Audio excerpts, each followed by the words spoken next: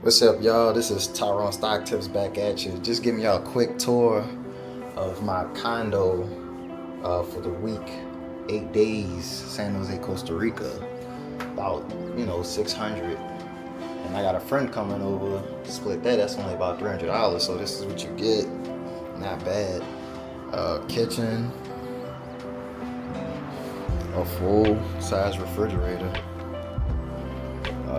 Washer and dryer, right? See that? Decent sized living room, just to chill. This is the master bedroom. Beautiful view. Look at that view. It's a building that looks just like it, but I see a swimming pool. All right.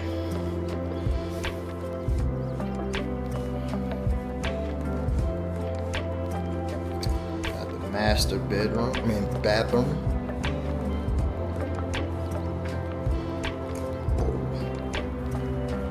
And go this way. Look how tall I am. Y'all didn't know I was that tall, huh? Other bedroom.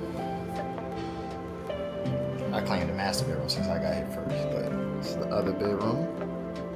Pretty nice. Closet. Good bathroom. Shower. Y'all let me know what y'all think about it. Pretty decent, right?